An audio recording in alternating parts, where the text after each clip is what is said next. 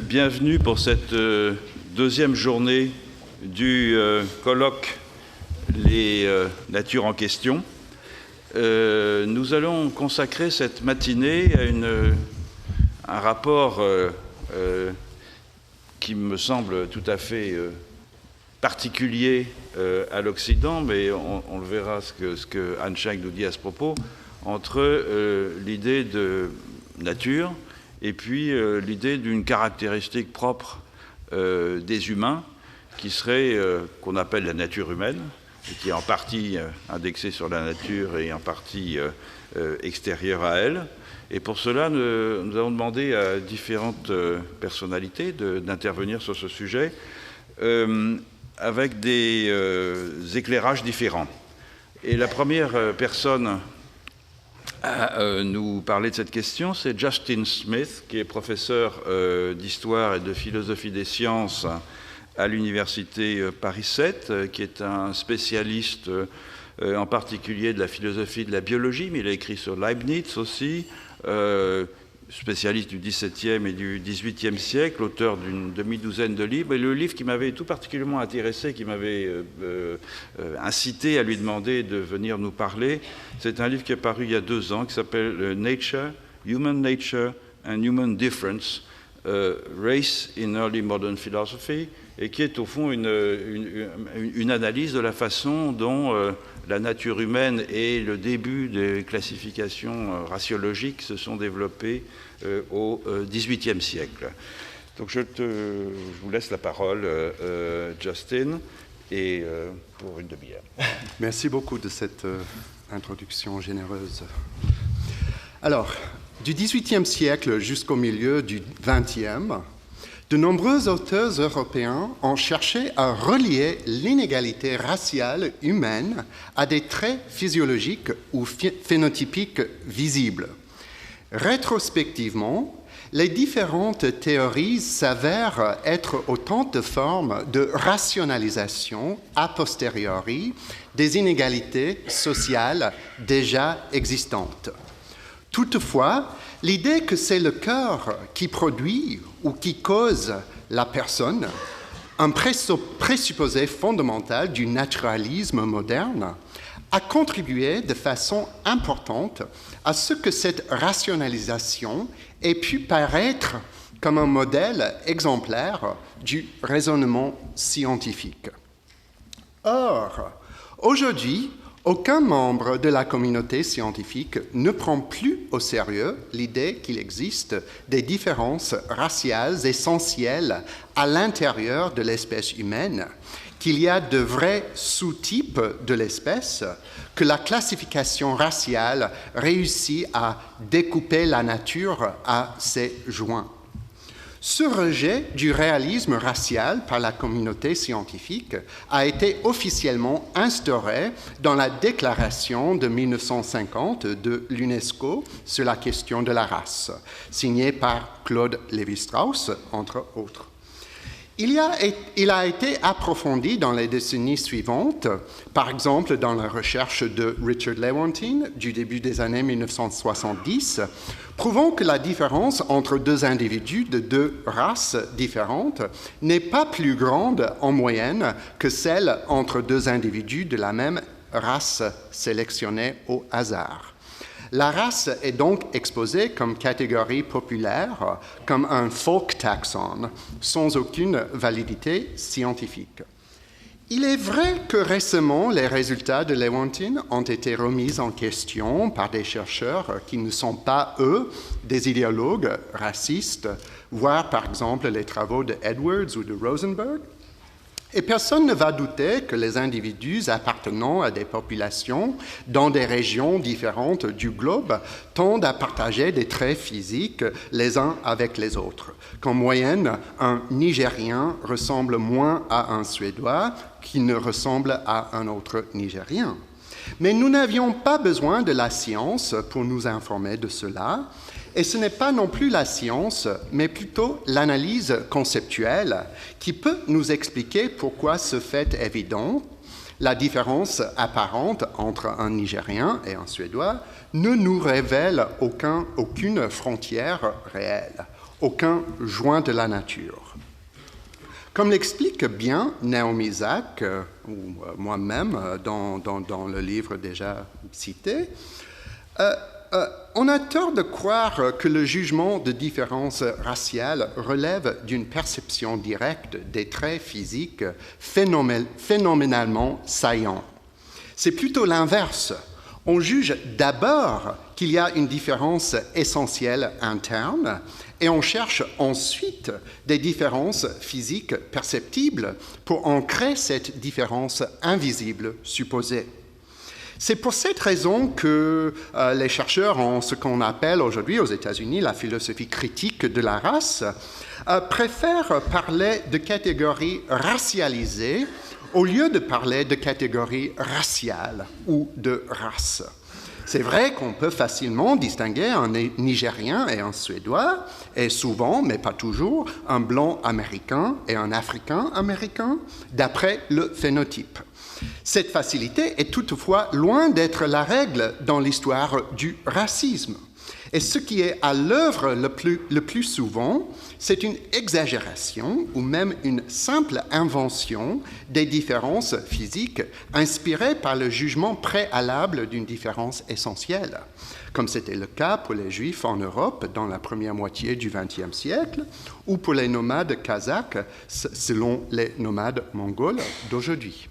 Les Juifs, pour prendre l'exemple mieux connu, étaient donc racialisés à un moment de l'histoire et déracialisés à un autre.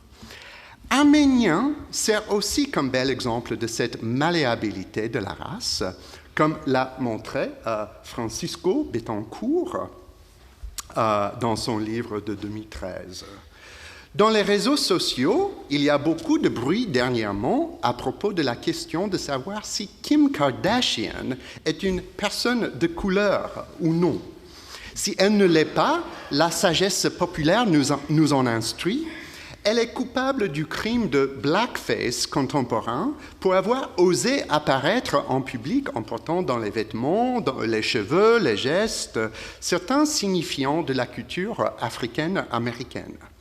La majorité des jeunes Américains l'ont condamnée, la traitant de femme blanche qui fait semblant d'être noire.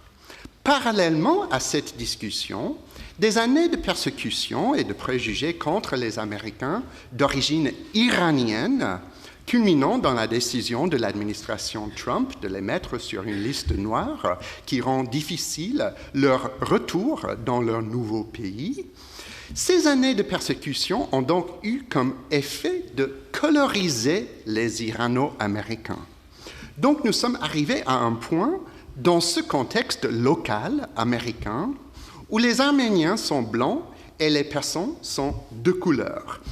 Ce jugement ignore clairement des questions d'histoire et de religion qui précèdent de loin toute l'histoire des États-Unis, mais cette histoire parle tout de même à travers leur jugement.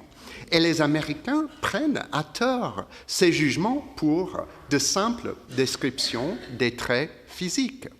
Et c'est cela la magie, si vous voulez, du racisme. Faire voir des preuves de ce qu'on soupçonnait déjà exister sans pouvoir le voir.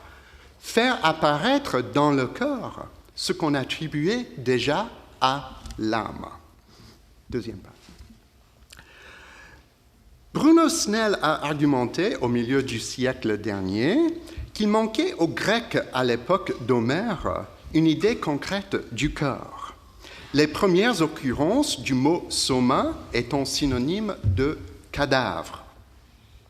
D'après lui, une telle idée apparaîtrait seulement au moment où l'idée complémentaire de l'esprit commence à se figer. Ainsi, pour qu'un individu se conçoive comme étant dans un corps, comme embodied, il faut qu'il soit d'abord capable de se concevoir comme étant un sujet immatériel, ou au moins pneumatique, capable d'être localisé dans un corps. Or, de nombreux penseurs de diverses traditions ont bel et bien pu concevoir des sujets sans corps, ce qui nous montre que l'idée de l'esprit n'implique pas toujours celle d'un esprit incarné. Ceci est particulièrement clair dans la doctrine souvent appelée dualisme, associé surtout au nom de René Descartes.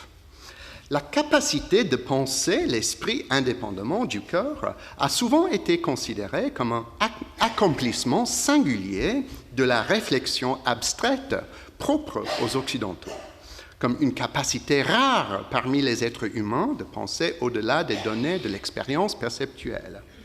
Malgré l'argument de Snell, on a souvent présumé dans la tradition philosophique occidentale que c'est avec la donnée certaine du corps que nous commençons et que ce n'est qu'ensuite, après un grand effort intellectuel, et peut-être aussi avec l'assistance divine, que nous découvrons le secret de l'esprit. L'histoire des contacts transatlantiques, qui commence à la fin du XVe siècle, peut nous aider à mieux comprendre ce qui est vraiment particulier dans la pensée européenne sur le rapport âme-corps. À partir des premières rencontres des Espagnols, chrétiens, aristotéliciens, plus ou moins, avec les indigènes américains, nous détectons une confusion réciproque concernant les engagements ontologiques fondamentaux de l'autre groupe. Prenons un exemple classique et peut-être déjà un peu épuisé.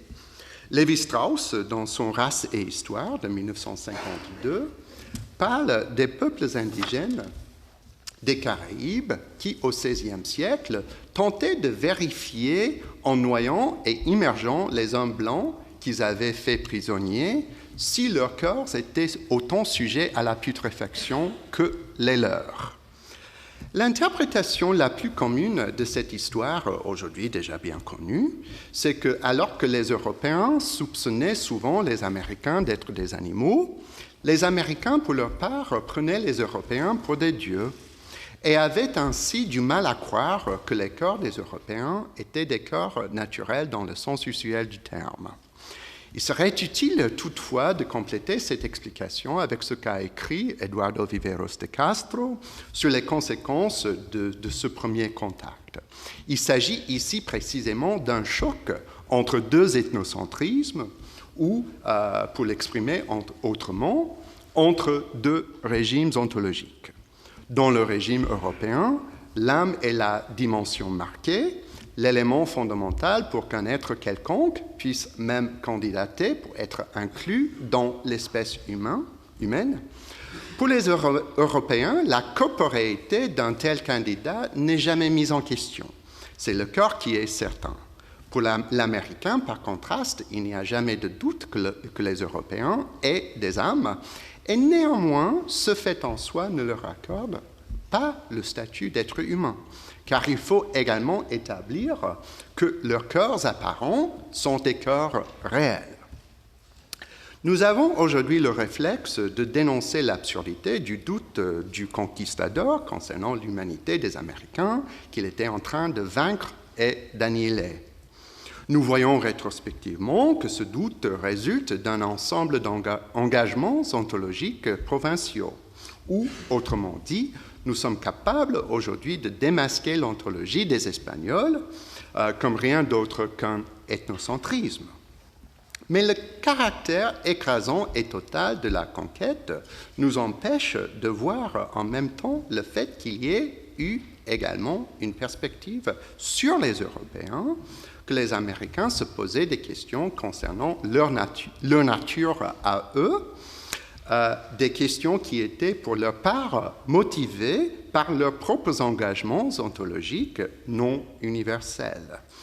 Dans la mesure où ces engagements peuvent être récupérés du passé, ce que nous trouvons, c'est que le modèle européen de l'être humain, comme étant essentiellement une âme qui est incarnée soit dans une maison, soit dans une prison corporelle, et qui est intimement liée avec cette maison-prison, sans être identifiée à elle, n'est ni une donnée primitive de la phénoménologie de l'existence humaine, ni du simple bon sens à l'anglaise.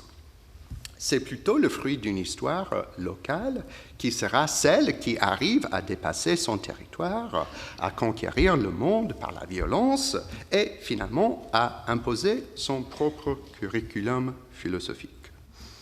Troisième partie. Prima facie, il y a quelque chose d'étrange dans le fait d'utiliser le vocable ontologie au pluriel, sans parler du fait d'étudier les ontologies dans une approche comparatiste. Depuis le moment où Rudolf Goclenius a introduit ce néologisme dans son Lexicon Philosophicum de 1613, ontologie est un concept censé désigner la science ou la doctrine de ce qui est. Or, il ne peut, semble-t-il, y avoir qu'une seule science de ce type. Le monde est tel qu'il est, et donc il ne peut y en avoir qu'une seule description correcte. Or, du moins ce serait le cas si l'on était confronté en même temps à la polysémie du mot « monde », qui se trouva au cœur des controverses en philosophie dans les années qui suivirent la publication du lexique de Goclenius. Par contraste avec univers ou espace, monde invite facilement à être pensé au pluriel.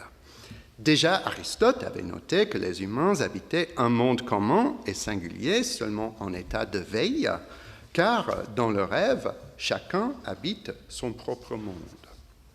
La radicalité du livre de Descartes, intitulé « Le monde », écrit autour de 1630, était justement d'insister sur l'uniformité et l'homogénéité de tout ce qui existe, sur le fait que toujours et partout, c'est tout comme ici, pour citer le protagoniste de l'opéra comique de la deuxième moitié du XVIIe siècle, Harlequin dans la Lune. Pourquoi le concept de monde se trouve-t-il problématisé à ce moment précis de l'histoire? La phrase même de « nouveau monde » exprime une ambiguïté que les penseurs du XVIIe siècle, désirant incorporer l'Amérique économiquement, cartographiquement, épistémiquement, dans leur propre monde, se précipitaient d'éliminer. Ainsi, l'écrivain d'origine inca, Garcilaso de la Vega, insiste dans ses Comentarios Reales de los Incas de 1609 qu'il ne faut pas concevoir son pays comme appartenant à une autre réalité que celle de l'Espagne, qu'il ne faut pas le découper ni ontologiquement ni géographiquement. S'il y a, écrit-il, des hommes qui s'imaginent qu'il existe plusieurs mondes, il n'y a aucune autre réponse à leur donner qu'ils persistent dans leurs croyances hérétiques jusqu'à ce qu'ils en soient désabusés en enfer. La philosophie européenne moderne, comme nous commençons à percevoir, a été dès le début un projet transatlantique. Concentrons-nous en ce qui suit sur le cas de Gottfried Wilhelm Leibniz. Le philosophe allemand passe la plupart de l'année 1695 à faire des recherches sur les propriétés de la racine brésilienne Ipecacuanha, dont il publie les résultats l'année suivante dans un rapport à la Société Léopoldine d'Hambourg intitulé De Novo Antidysenterico Americano. C'est Willem Piso qui ramène la racine en Europe pour la première fois en 1641. Il la décrit de façon détaillée dans sa Historia Naturalis Brasiliae de 1648.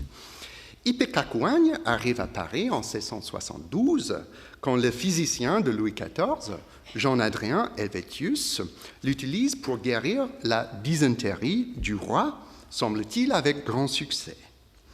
Leibniz avait espéré extraire de cette plante non seulement des remèdes médicinaux, mais également, dans la mesure du possible, des savoirs indigènes brésiliens. Il rejette donc l'opinion de certains autres qui nient que les remèdes avec tant de vertus déjà démontrées pourraient être obtenus pour les maladies de tous les tempéraments et toutes les constitutions. Il y en a, poursuit-il, qui condamnent tout ce qui est exotique comme inutile pour nos cœurs européens. Cette même année, il publie son nouveau système de la nature et de la communication des substances, un traité pour le moins plus connu que celui sur l'Ipecacuanha. C'est dans celui-ci qu'il parle pour la première fois de sa théorie métaphysique de l'harmonie préétablie et qui raffine et développe sa nouvelle idée des monades, des éléments qui, d'après lui, sous-tendent tout ce qui existe dans le monde naturel. Ce qui est réel dans le monde, ce ne sont pas les corps, c'est-à-dire les composés, mais plutôt les atomes métaphysiques et immatériels, les sites ou les centres de perception et d'agentivité. Toutes les perceptions d'une monade passent néanmoins par le moyen d'un corps phénoménal, mais au final, la corporéité elle-même n'est autre chose que le résultat de la perception confuse. Confusion est entendue ici dans le sens littéral de ce qui est fusionné ensemble. Les monades sont en soi parfaitement hermétiques, ce sont des mondes à part, et même si la réalité est, pour Leibniz comme pour Descartes, parfaitement homogène et uniforme, c'est ce caractère confus de la perception monadique qui fournit l'explication la plus profonde de l'existence apparente dans la nature d'une variété innombrable de formes corporelles. Appartenir à une espèce, pour Leibniz, est une question de tout ou rien, déterminée entièrement par le fait de descendre des mêmes ancêtres. Et même une variation morphologique extrême à l'intérieur d'une espèce ne peut pas signifier des degrés d'appartenance. La déviation du standard d'un type ne produit pas des chiens qui sont moins chiens que d'autres, ni des hommes qui sont moins hommes. Ce qui compte, c'est que le descendant conserve la même activité spécifique que les parents, que Leibniz appelle l'officium, l'office spécial, fondé in rigore metaphysico, dans l'appétit, qui pour sa part n'est autre chose que la réalisation sérielle de la perception. Donc, la définition d'une espèce est liée rigoureusement à son activité, à son éthologie, si vous voulez, et non pas à sa morphologie. C'est ce que tu fais et non pas ce à quoi tu ressembles qui détermine ce que tu es. Et ce que tu fais dérive de ce que tu perçois. Souvent, c'est le fait d'empêcher un animal de faire ce qu'il fait par nature, d'après son officium, qui mène à sa déformation morphologique. Ainsi, dans le Journal des savants du 5 juillet 1677, Leibniz raconte l'histoire d'un chevreuil coiffé de manière fort extraordinaire, soupçonné par certains d'être une licorne, à cause du fait que ses cornes ont été comme fondues ensemble, confuses, pour le dire autrement.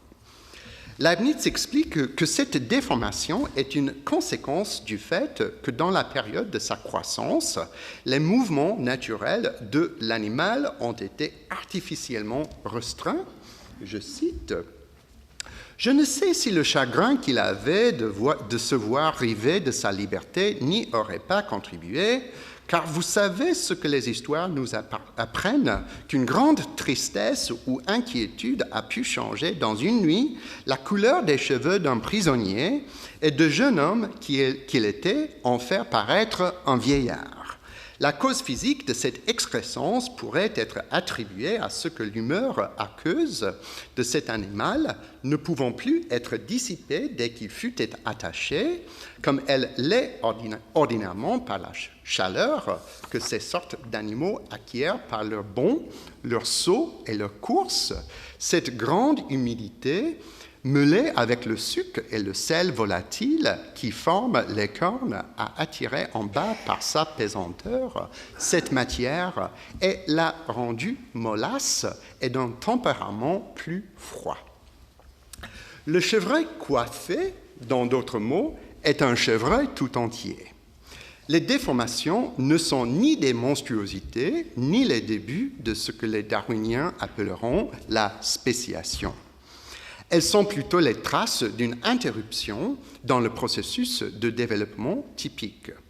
Quant aux êtres humains, Leibniz distingue donc la nature interne et les marques externes d'un animal, en précisant que la nature interne d'un homme, son ophidium, est précisément la faculté de l'intellect. Normalement, cet ophidium est perceptible dans les marques externes, mais il ne faut pas qu'il soit perceptible pour qu'un homme reste un homme. Des traits externes différents chez deux hommes différents peuvent parfois donner l'impression qu'il s'agit de deux espèces, mais comme Leibniz écrit dans les Nouveaux essais sur l'entendement humain de 1704, le mélange de figures n'est pas toujours un mélange d'espèces. Il raconte l'histoire d'un enfant déformé dont l'aptitude à être baptisé est disputée par certains membres du clergé. « Voilà un enfant, écrit-il, qui fut fort près d'être exclu de l'espèce simplement à cause de sa forme. » La déformation ne peut pas servir comme signe de l'absence d'une âme rationnelle pour la même raison qui fait que la physionomie est une pratique frauduleuse.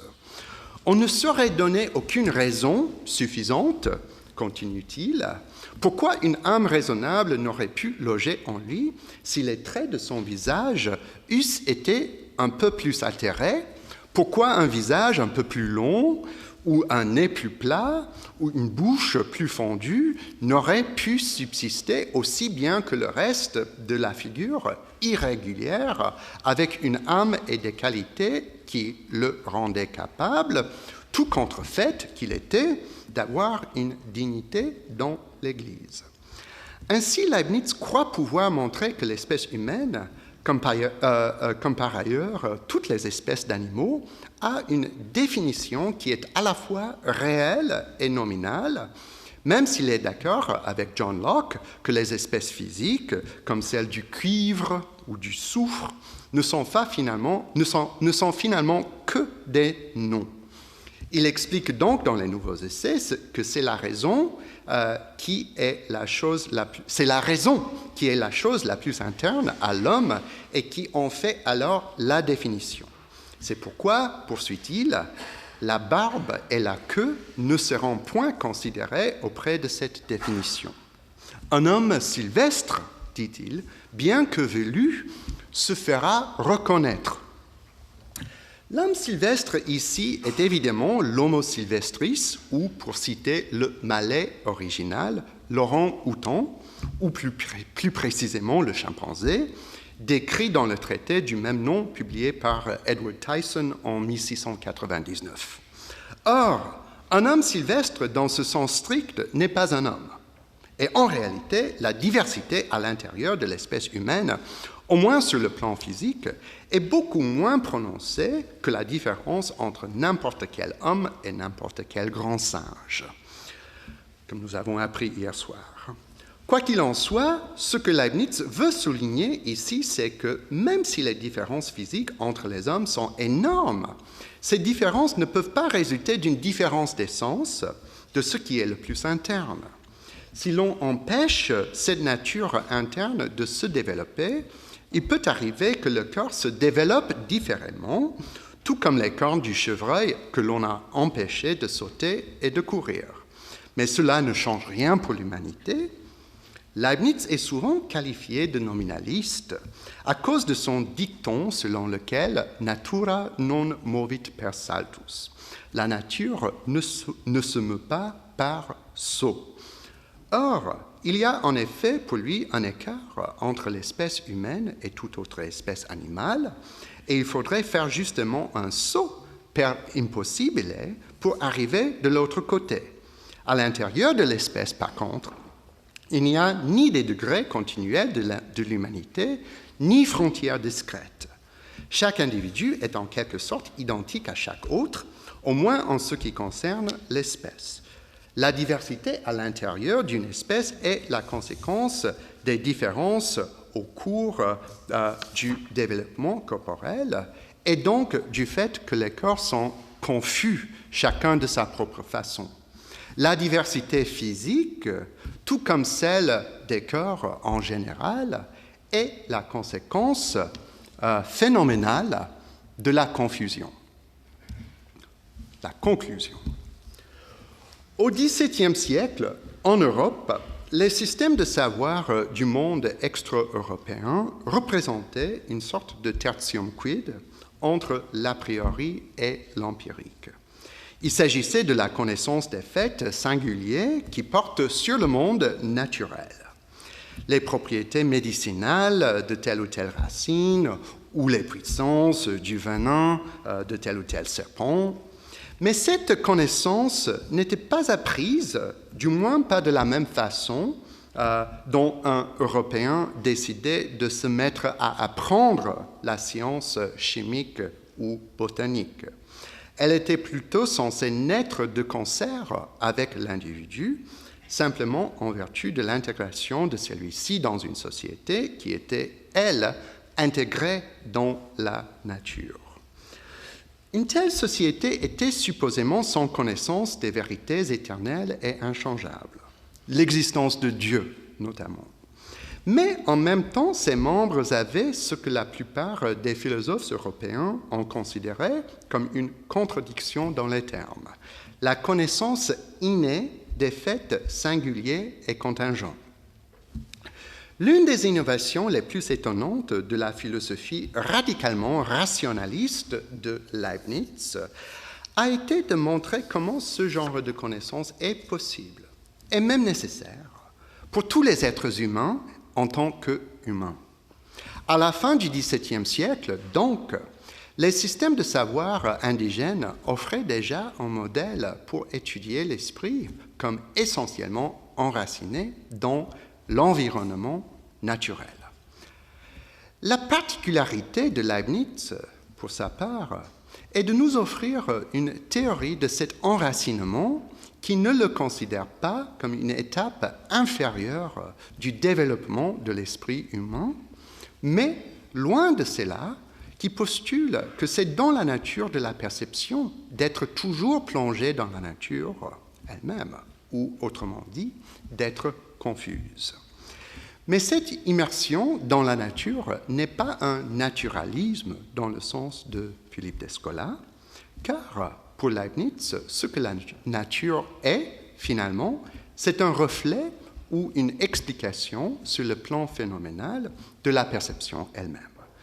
Pour cette raison, on peut comprendre la tendance qu'on observe depuis Durkheim d'assimiler la philosophie à une sorte d'animisme. Le contenu de toutes les monades, explique celui-ci, est identique. Toutes, en effet, sont des consciences qui expriment un seul et même objet, le monde. Seulement, chacune l'exprime de son point de vue et à sa manière. On sait comment cette différence de perspective vient de ce que les monades sont diversement situées les unes par rapport aux autres.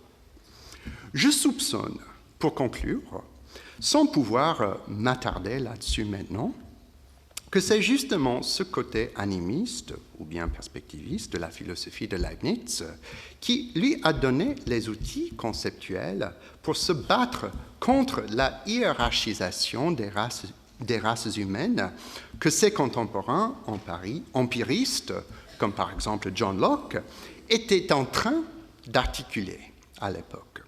Selon Leibniz, bien sûr, Locke était, selon soi-même, Locke était innocent. Il ne faisait que reconnaître les conséquences évidentes de la naturalisation de l'être humain. Les 4 derniers siècles nous ont bien démontré les limites de ce projet. Comme nous suggère l'approche comparatiste de l'ontologie développée par Philippe d'Escola, le problème ne dérivait pas peut-être du fait que l'être humain serait quelque chose de non naturel, et donc il ne faut pas retourner à une idée d'un être séparé de la nature par le fait de sa position singulière d'un esprit, mais plutôt de la conception erronée d'une nature en soi à laquelle l'être humain puisse être assimilé. Merci de votre attention.